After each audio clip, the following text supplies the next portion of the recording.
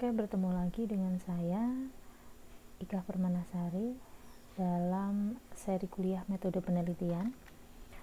Untuk topik kita kali ini adalah objek dan metode penelitian serta analisis dan interpretasi data, kesimpulan dan implikasi penelitian. Nah, subtopik kali ini yang pertama kita akan membahas tentang objek dan metode penelitian, lalu analisis dan interpretasi data, dan yang terakhir adalah kesimpulan dan implikasi penelitian. Untuk di ITERA, topik ini adalah topik di minggu ke-12 dan 13. Yang pertama yang harus saya minta kepada mahasiswa yang mengikuti kuliah metode penelitian adalah kalian harus subscribe. Kemudian jika kalian belum dapat login pada Pocket, kalian bisa mengisi pada kolom komentar berupa NIM dan nama. Lalu apabila kalian mengajukan pertanyaan, maka kalian akan mendapatkan tambahan poin yang bisa membantu kalian dalam nilai akhir. Oke, kita yang pertama masuk kepada objek dan metode penelitian. Setelah sebelumnya kita telah tahu bagaimana menyusun kerangka penelitian, kemudian hipotesis seperti apa, yang selanjutnya adalah objek dan atau subjek penelitian. Nah, dalam objek penelitian di sana harus memuat hal-hal, diantaranya yang pertama adalah variabel penelitian, lalu karakteristik atau unsur-unsur yang akan diteliti, lalu populasi penelitian, sampel penelitian, unit sampel penelitian, dan tempat penelitian. Lalu, objek penelitian itu harus memuat tentang apa, siapa, di mana, dan kapan dalam penelitian yang akan kita lakukan. Nah, sebagai contoh, saya berikan contoh, ada judul penelitian yaitu efektivitas pembuatan media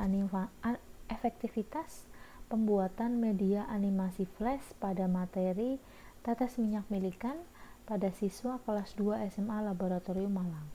Nah, sekarang mari kita pecahkan bersama-sama. Variabel penelitiannya adalah nilai kuis. Kemudian populasi penelitiannya adalah siswa SMA Laboratorium.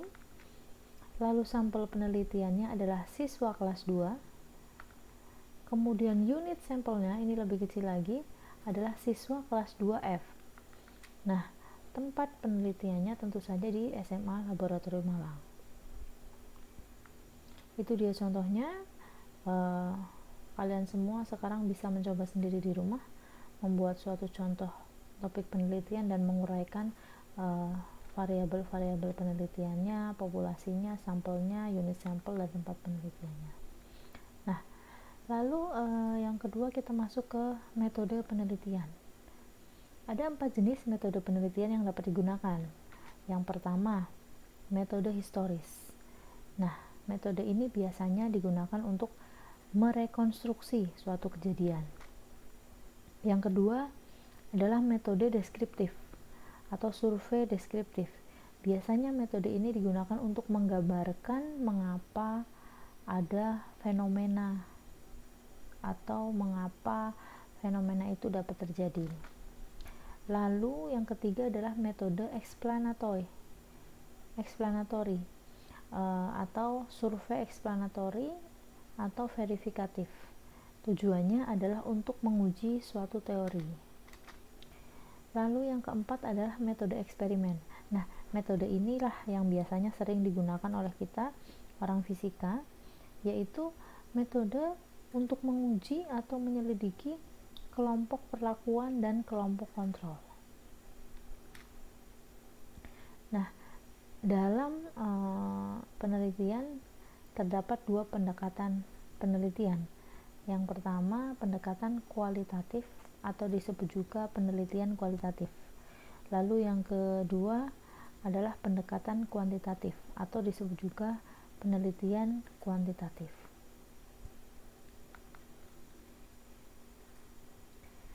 Lalu hubungan antar variabel dan variabel. kita harus tahu dulu variabel itu apa.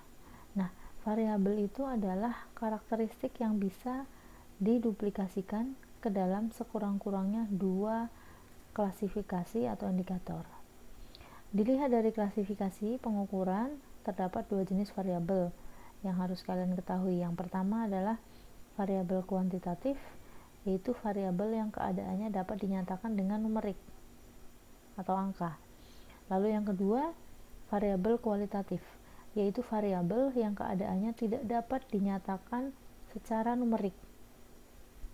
Jadi hanya penjelasan-penjelasan atau deskripsi. Nah, kalau dilihat dari peran dan posisinya, terdapat 3 variabel. Yang pertama, variabel bebas atau independent variable, atau biasanya disebut juga sebagai antecedent variable, artinya adalah variabel penjelas, variabel prediktor, atau variabel penentu, atau variabel penduga. Lalu yang kedua adalah variabel terikat atau dependent variable, adalah variabel yang muncul akibat konsekuensi, ya, atau maaf bahasanya agak rancu, adalah variabel konsekuensi atau akibat. Lalu yang ketiga adalah variabel intervening atau variabel penghubung. Nah, sekarang apabila kita melakukan penelitian, variabel yang bisa kita ubah-ubah itu variabel yang mana? Nah, tentunya variabel yang kita bisa ubah-ubah itu adalah variabel bebas. Yang mana variabel itu bisa kita ubah-ubah nilainya secara bebas. Nah, variabel yang mengikuti dari perubahan secara bebas itu tadi yang diubah-ubah itu namanya variabel terikat. Untuk lebih jelasnya, mari kita lihat contoh judul penelitian berikut. Saya mempunyai judul penelitian pengaruh lama aniline terhadap konduktivitas spintronic strontium yttrium oxide. Nah, di sini variabel bebasnya adalah lama aniline. Jadi kita bisa mengubah-ubah berapa waktu aniline. Nah, variabel terikatnya adalah nilai atau besaran konduktivitasnya. Kurang lebih seperti itu ya. Nah, ini contoh hubungan antara variabel bebas, variabel terikat, dan variabel penghubung.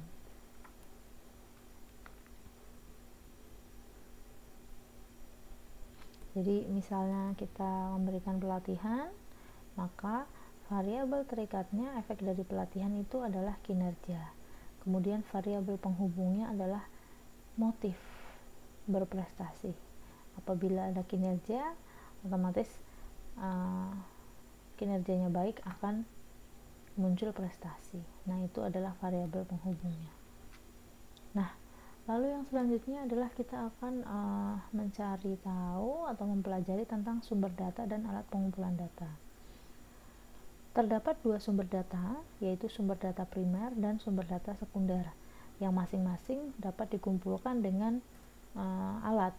Alat yang pertama yang bisa kita pakai adalah angket atau kuesioner. Yang kedua adalah wawancara. Lalu yang ketiga adalah observasi, dan yang terakhir adalah dokumentasi. Nah, untuk kita orang fisika, dengan penelitian biasanya yang kita lakukan adalah penelitian kuantitatif. Biasanya kita banyak melakukan observasi dan dokumentasi. Akan tetapi sekarang kalian perlu tahu bahwasanya orang yang melakukan angket atau melakukan wawancara itu berarti juga orang tersebut sedang melakukan pengumpulan data dan sedang melakukan penelitian, ya. Jadi wawancara, angket atau kuesioner itu juga merupakan bagian dari cara mengumpulkan data, ya. Nah, lalu setelah kita memiliki data, setelah kita mengumpulkan data, mendapatkan data, Kemudian langkah yang kita lakukan selanjutnya adalah melakukan analisis data. Setelah kita melakukan analisis data, kita melakukan interpretasi data. Nah, mari kita bahas bersama apa itu analisis data. Analisis data adalah kegiatan memfokuskan, mengabstraksikan, mengorganisasikan data secara sistematis dan rasional guna memberikan bahan jawaban terhadap permasalahan. Ingat, di awal kita sudah pelajari bahwasannya dalam melakukan penelitian kita harus tahu dulu apa masalahnya yang akan dikaji. Setelah kita tahu apa masalah yang akan dikaji, kemudian kita melakukan pendugaan terhadap jawaban dari masalah tersebut, atau biasanya dikenal dengan istilah hipotesis. Nah, setelah kita memiliki hipotesis atau dugaan awal, kita membuktikan jawaban kita benar atau tidak adalah dengan mengumpulkan data, lalu data itu kita analisis sehingga kita tahu, oh dugaan kita benar, oh dugaan kita salah, begitu ya. Nah, jadi itu tadi analisis data. Nah, analisis data itu biasanya menyederhanakan data ke dalam bentuk yang lebih mudah dibaca, difahami, dan diinterpretasikan. Jadi analisis itu sendiri berarti menyederhanakan informasi. Analisis data sama halnya dengan melakukan rekonstruksi penelitian dari peneliti. Itu dia kenapa analisis data itu ada di belakang. Sebelum analisis data, itu ada dulu latar belakang, pendahuluan, kemudian ada dulu teori bab 2, kemudian ada metode penelitian, lalu analisis di belakang. Karena analisis data itu merupakan rekonstruksi pikiran dari peneliti, gitu ya. Nah, jadi dalam analisis data kita itu mencari dan menata secara sistematis hasil dari pengumpulan data tentang fokus penelitian, dan kita menyajikan data untuk orang lain. Oleh sebab itu, kita harus melakukan penyederhanaan data, karena yang akan membaca data penelitian kita itu bukan kita sendiri, tetapi kita menyajikan data untuk orang lain, yang mana orang lain itu belum tentu melakukan penelitian yang sama dengan kita atau berada di bidang yang sama dengan kita, sehingga saat kita menyampaikan hasil penelitian kita itu harus sederhana, harus lebih mudah difahami oleh orang lain. Lalu di sana kita juga dalam analisis data itu membangun ide atas dasar data, karena data itu bukan tujuan, tetapi data itu adalah alat untuk memperjelas alur pikir untuk keperluan generalisasi. Nah, analisis data dapat dilakukan dengan 3 tahap. Yang pertama adalah kita mereduksi data, kemudian menyajikan data, dan yang terakhir adalah menyimpulkan data. Nah, yang pertama reduksi data. Reduksi data itu adalah proses kita memfokuskan dan mengabstraksikan data mentah menjadi informasi yang bermakna. Kemudian yang kedua, sajian data.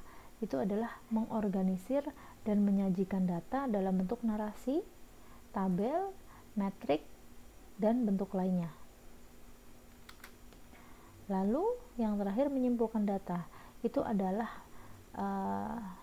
kita melakukan pengambilan intisari dari sajian data yang telah terorganisir dalam bentuk pernyataan kalimat yang singkat dan padat tetapi mengandung pengertian luas. Contohnya, dalam penelitian kalian mengambil data topografi.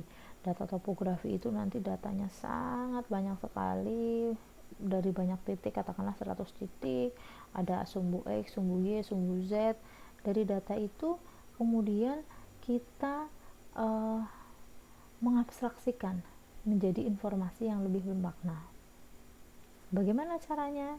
Nah, kita memilih data tersebut, data yang tidak ada errornya, kemudian kita plot menjadi tabel, atau kita plot menjadi grafik atau disajikan dalam bentuk tabel. Nah, dari sana orang akan lebih mudah melihatnya.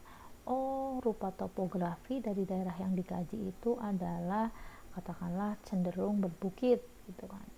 Nah, lalu setelah kita sajikan grafik atau tabel, kita beri penjelasan di bawahnya. Nah, itulah tahap-tahap analisis data. Lalu yang perlu kita ketahui bersama dalam analisis data itu adalah kita membangun ide atas dasar data. Ya, saya ulangi lagi karena data bukan tujuan, tetapi data itu adalah alat untuk memperjelas pikiran. Jadi tujuan kita melakukan penelitian itu adalah bukan mencari data, ya, tetapi data itu adalah alat untuk memperjelas pikiran. Data hasil olahan itu harus lebih sederhana dari data mentah.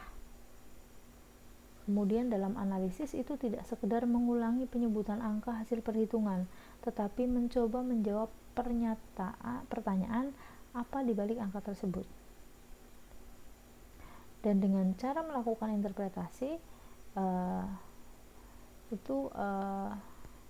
kita bisa menggunakan teknik statistik atau cerita naratif.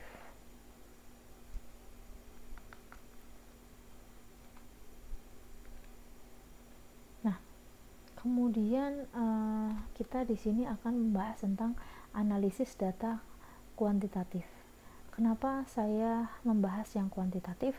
Karena kita di sini bidangnya adalah saya sendiri, khususnya adalah fisika, di mana dalam fisika penelitian itu lebih banyak penelitian kuantitatif bukan kualitatif, ya.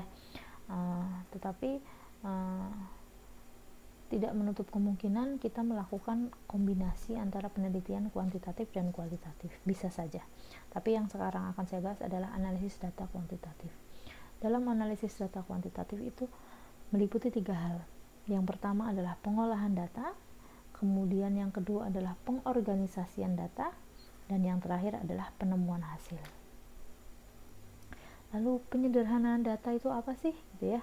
Nah, pada umumnya ada 3 cara yang dapat kita pakai dalam menyederhanakan data, yaitu yang pertama dengan melakukan tabulasi atau membuat tabel. Kemudian yang kedua menggunakan perhitungan dengan statistik. Lalu yang ketiga adalah gabungan dari keduanya. Jadi untuk menyederhanakan data, biasanya kita saat mengambil data di lapangan itu akan sangat banyak datanya dan tampilannya tidak menarik, tidak jelas, atau tidak mudah dibaca. Nah, untuk menyederhanakan itu kita membuat tabel. Misalnya kita beri nomor, kemudian sumbu X apa, sumbu Y apa. Nah, lalu kita juga bisa menggunakan perhitungan statistik. Di sini tujuannya apa? Biasanya dalam perhitungan statistik kita bisa mengetahui errornya, mengetahui rata-ratanya, mengetahui data yang paling tinggi, data yang paling rendah, dan lain sebagainya. Penggunaan statistik adalah menyederhanakan data yang jumlahnya sangat besar menjadi informasi yang lebih sederhana sehingga mudah untuk dipahami.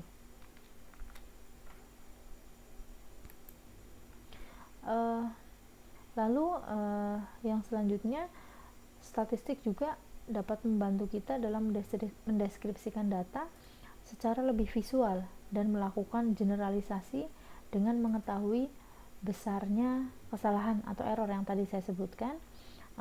Penyimpangan atau kesalahan dapat diketahui dan difahami secara sama atau general oleh banyak orang dari berbagai disiplin ilmu. Jadi dengan statistik ini, misalnya kita menyampaikan penelitian kita memiliki error sekian, gitu ya. Nah, itu error itu dapat dengan mudah difahami oleh semua orang dari berbagai disiplin ilmu pun akan tahu, oh kalau errornya besar artinya penelitian itu belum valid, atau penelitian itu harus diulang kembali, begitu ya. Nah, setelah kita melakukan analisis data, langkah selanjutnya yang kita lakukan dalam penelitian adalah interpretasi data. Apa itu interpretasi data? Interpretasi data adalah menggabungkan hasil analisis dengan pernyataan, kriteria atau standar tertentu untuk menemukan makna dari data yang dikumpulkan guna menjawab permasalahan dalam penelitian. Nah, ada berbagai teknik dalam melakukan interpretasi data. Antara lain, yang pertama, menghubungkan data dengan pengalaman peneliti. Yang kedua, mengkaitkan temuan atau data dengan hasil kajian pustaka atau teori terkait. Yang ketiga, memperluas analisis dengan mengajukan pertanyaan mengenai penelitian dan implikasi hasil penelitian.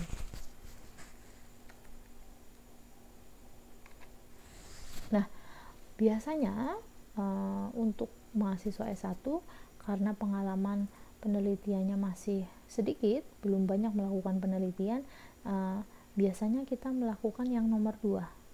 Jadi dari data yang sudah kalian peroleh, kemudian dikaitkan dengan kajian pustaka atau kajian teori yang sudah ada. Seperti apa posisi penelitian kita? Katakanlah, sebagai contoh, secara teori, apabila suatu bahan diberikan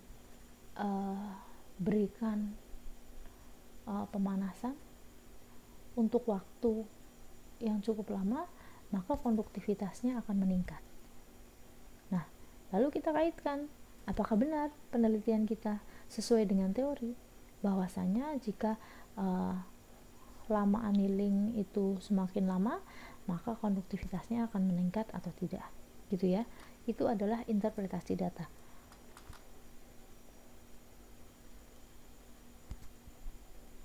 Lalu setelah kita menganalisis dan kita menginterpretasi data, langkah yang terakhir itu adalah kita menarik kesimpulan.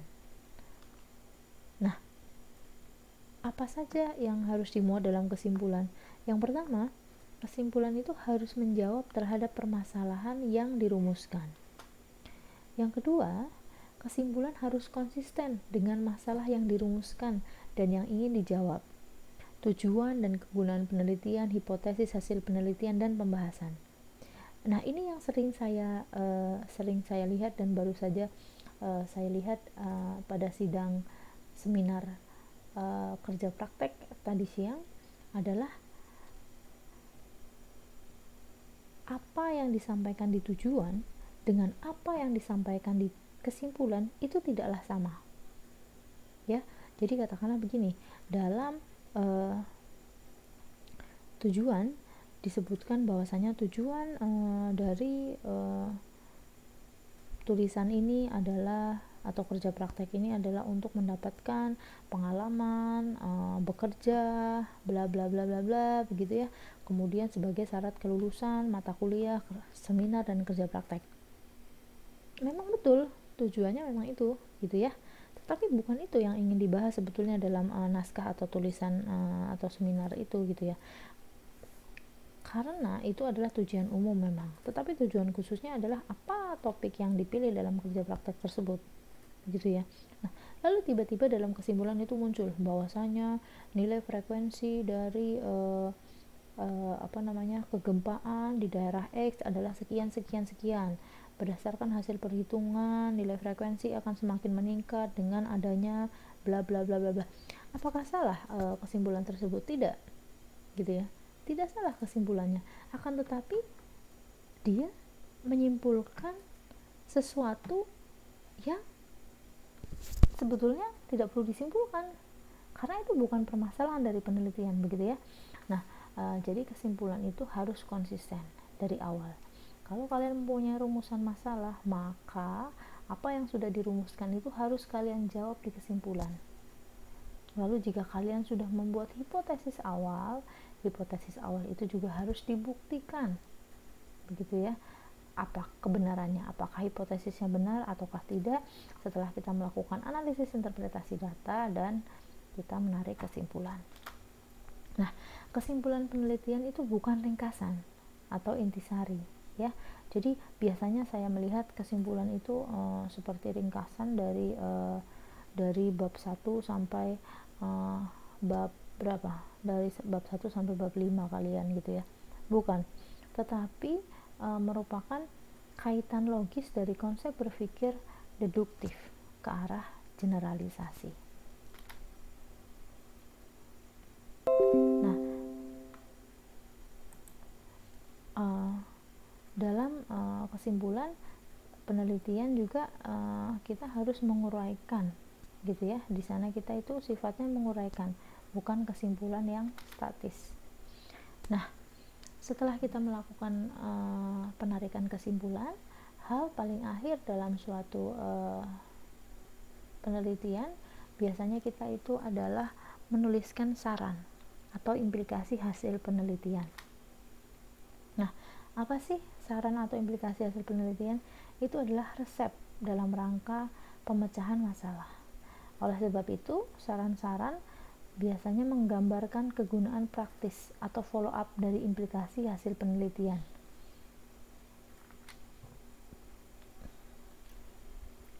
Juga merupakan implikasi dari kesimpulan yang harus dapat dioperasionalkan dalam kehidupan praktis nyata dan bukan angan-angan atau hayalan. Nah, juga merupakan uraian praktis dari saran-saran bersumber dari indikator-indikator yang diteliti, bukan di luar hasil penelitian. Juga harus didasarkan pada kesimpulan dan harus memberi kesempatan pada peneliti lain yang akan mengungkapkan secara mendalam. Jadi dalam saran ini biasanya itu kita berikan tips begitu ya dalam memecahkan suatu masalah. Katakanlah kalian ingin membuat spintronic yang bagus begitu ya. Kalian ini contohnya tadi saya banyak berikan material ya.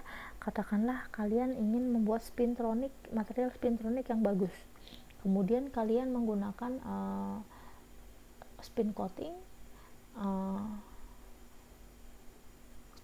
begitu ya, atau kalian menggunakan metode, kalau saya lebih ke bulk gitu ya, dengan katakanlah material, contohnya saya buat konsisten strontium yttrium oxide yang dianilin pada suhu 500 derajat Celcius. Ternyata hasil penelitian kita menunjukkan bahwasanya spintronic kita kurang bagus konduktivitasnya.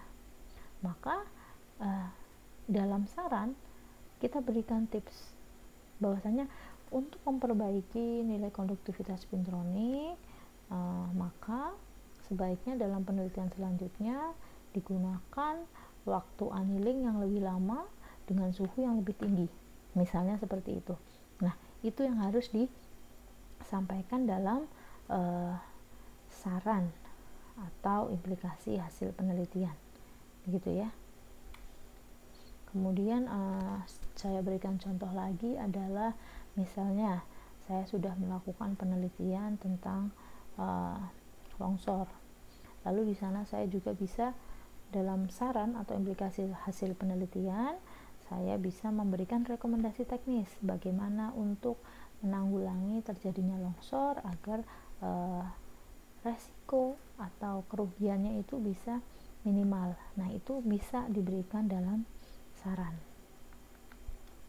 Nah, itu tadi topik pamungkas dalam metode penelitian ya, dalam kita menulis suatu tulisan.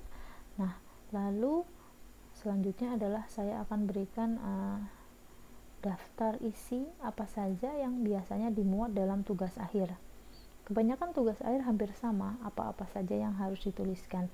Nah, karena saya dari ITERA, maka yang akan saya berikan contoh adalah susunan atau isi dari tugas akhir di Institut Teknologi Sumatera.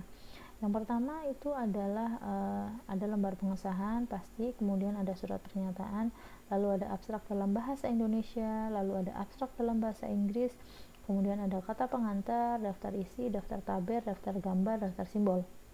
Ingat, jangan lupa apabila kita memiliki atau menggunakan simbol-simbol yang atau rumus-rumus kalian harus berikan daftar simbol atau rumus. Hal ini sepele, akan tetapi biasanya mahasiswa sering lupa. Apakah ini penting-penting? Kenapa? Karena orang yang, sekali lagi saya tekankan, orang yang membaca tulisan kita belum tentu orang yang berasal dari bidang yang sama. Mungkin kalau misalnya fisika teori, banyak sekali simbol, yang membaca orang teori dia akan paham apa itu. Tapi tidak usah jauh-jauh dari prodi lain. Apabila yang membaca orang material atau orang fisika bumi, mungkin dia tidak tahu simbol apa itu yang dia gunakan, gitu ya. Jadi daftar simbol jangan sampai terlupa, itu sangat penting. Nah, lalu ini berkaitan antara semuanya, ini sudah kita bahas, kita kaji bersama-sama. Yang pertama adalah bab 1. Dalam bab 1 itu berisi latar belakang masalah, kemudian di latar belakang ini memuat banyak hal sudah kita pelajari. Salah satunya adalah kenapa kita melakukan penelitian tersebut, apa pentingnya melakukan penelitian itu, kenapa kita harus melakukan itu, apabila kita tidak lakukan apa yang akan terjadi. Nah, itu ada di latar belakang masalah. Kemudian di yang sub selanjutnya adalah rumusan masalah. Jadi apa saja masalah yang akan dikaji dalam penelitian kita.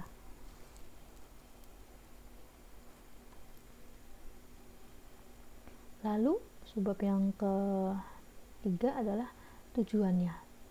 Jadi dengan melakukan penelitian ini tujuan kita apa? Ya. Lalu yang selanjutnya adalah ruang lingkupnya. Di sini kita batasi penelitian kita ruang lingkup, dalam ruang lingkup. Ya. Nah, lalu yang selanjutnya itu adalah bab 2. Bab 2 ini adalah teori dasar. Nah, ini biasanya diisikan sesuai judul bab dalam tugas akhir. Tiap tugas akhir teori dasarnya akan berbeda-beda, begitu ya.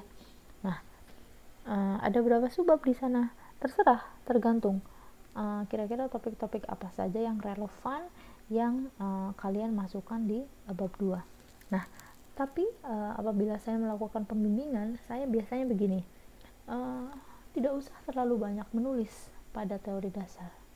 Tuliskan saja hal yang paling penting, yang paling mendekati dari apa yang sedang kita lakukan. Kemudian lakukan parafrase. Jadi di bab 2 ini jangan sampai kalian hanya mengcopy paste dari Google atau dari textbook, tapi lakukan parafrase. Tidak mengubah makna, tetapi kita mengubah penulisan dengan bahasa kita sendiri. Itu di bab 2, ya. Nah, lalu yang selanjutnya itu bab 3 adalah metodologi penelitian. Nah, di sana di metodologi biasanya ditulis waktu dan tempat penelitian, kemudian flowchartnya, alur penelitiannya seperti apa, metode pengumpulan datanya bagaimana, menggunakan alat-alat apa saja, kemudian software yang digunakan untuk analisis apa saja, itu biasanya disampaikan dalam metode penelitian. Nah, lalu di bab 4 itu adalah hasil dan pembahasan. Nah, biasanya ada yang bertanya kepada saya, Bu, apakah hasil dan pembahasan itu dijadikan dalam satu subbab atau dipisah? Misalkan 4.1 hasil, 4.2 itu pembahasan. Silahkan, terserah. Itu adalah style dari masing-masing penulis. Akan tetapi kalau saya lebih memilih hasil dan pembahasan dijadikan dalam satu subbab. Beda antara subbab yang satu dengan yang lain adalah jenis datanya. Katakanlah 4.1 itu adalah hasil pengukuran topografi. Jadi di sana sekaligus dibahas hasil dan pembahasan untuk pengukuran topografi.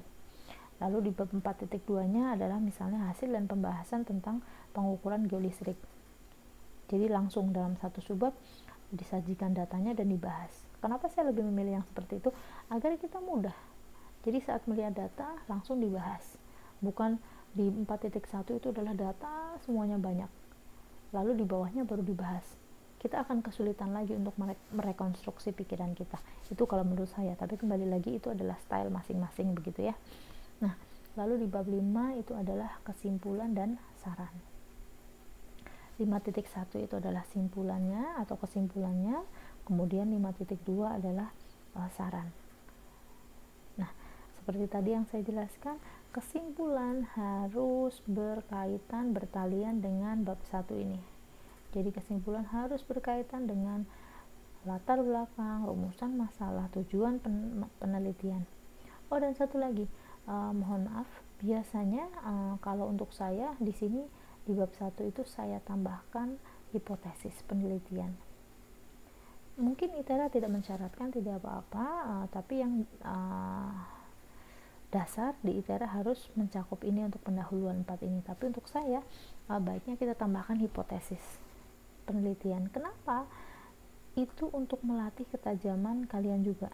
Jadi saat kalian tahu ada masalah, kalian tidak hanya tahu oh ini ada masalah, tetapi kalian juga punya dugaan awal, kalian juga kritis, kalian punya ketajaman dalam berpikir, oh kira-kira masalah ini jika diselesaikan dengan metode ini hasilnya akan seperti ini, begitu ya. Itu hipotesis.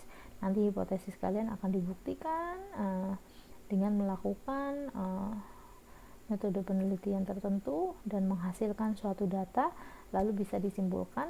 Kita bisa di sana menjawab pertanyaan-pertanyaan di rumusan masalah, dan hipotesis kita juga bisa terlihat apakah hipotesis kita benar atau tidak ya.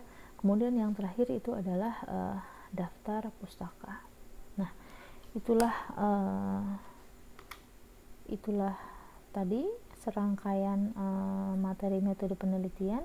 Besar harapan saya dengan mengikuti mata kuliah ini kalian tahu tahapan-tahapan dalam melakukan penelitian, apa saja yang harus dilakukan, lalu kalian juga mengerti tiap step, bahwasanya di pendahuluan itu kalian harus menjelaskan apa, melakukan apa, di kajian teori kalian harus belajar apa, metode penelitian, kemudian di bab 3 di metodologi itu apa, analisis itu apa, kesimpulan dan saran itu apa. Jangan sampai kalian mengulangi kesalahan yang biasanya dilakukan oleh orang-orang yang belum belajar metode penelitian. Nah, itu saja materi dari saya. Terima kasih atas perhatiannya. Apabila ada pertanyaan atau kurang jelas, bisa diberikan pada kolom komentar. Saya akan menjawab satu persatu, mungkin tidak cepat, tetapi saat saya akan melihat pertanyaan dari saudara-saudara, saya akan menjawab pertanyaan tersebut. Terima kasih, semoga diberikan kelancaran dalam melakukan penelitian dan penulisan tugas akhir.